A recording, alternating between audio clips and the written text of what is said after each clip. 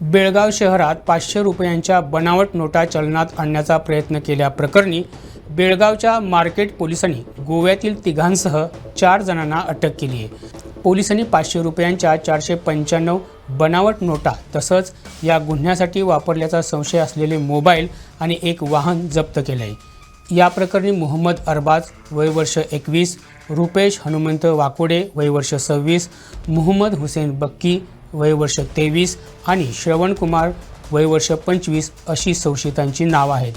पोलिसांनी दिलेल्या माहितीनुसार 16 मार्च रोजी हा प्रकार उघडकीस आला। संशयितांनी बेळगावमधील खडे बाजार रस्त्यावरील एका दुकानातून वस्तू खरेदी केल्या आणि 500 रुपयांच्या नोटा देऊन पैसे चुकते केले। व्यवहार पूर्ण झाल्यानंतर दुकानदाराला त्या नोटा बनावट असल्याचा संशय आला। त्यानं तात्काळ मार्केट पोलीस ठाण्याशी संपर्क साधून पोलिसांना माहिती दिली। पोलीस निरीक्षक JM कलिमिर्ची यांनी वरिष्ठ अधिकाऱ्यांना सूचना करून आपल्या पथकासह घटनास्थळी धाव घेतली। त्यानंतर काही वेळातच पोलिसांनी संशयितांचा माग काढला आणि त्यांना ताब्यात घेऊन चौकशी केली। चौकशी दरम्यान संशयितांनी खडे बाजारच्या गजबजलेल्या बाजारपेठेत 500 रुपयांच्या बनावट नोटा चलनात आणण्याचा प्रयत्न केल्याची कबुली दिल्याचं समजतंय।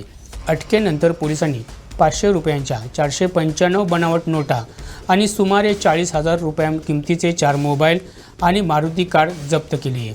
बेळगावच्या मार्केट पोलीस ठाण्यात संबंधितांविरोधात गुन्हा दाखल करण्यात आला असून बनावट नोटांचा स्रोत आणि या गुन्ह्यांचे आंतरराज्यीय दुवे शोधण्यासाठी पुढील तपास सुरू आहे।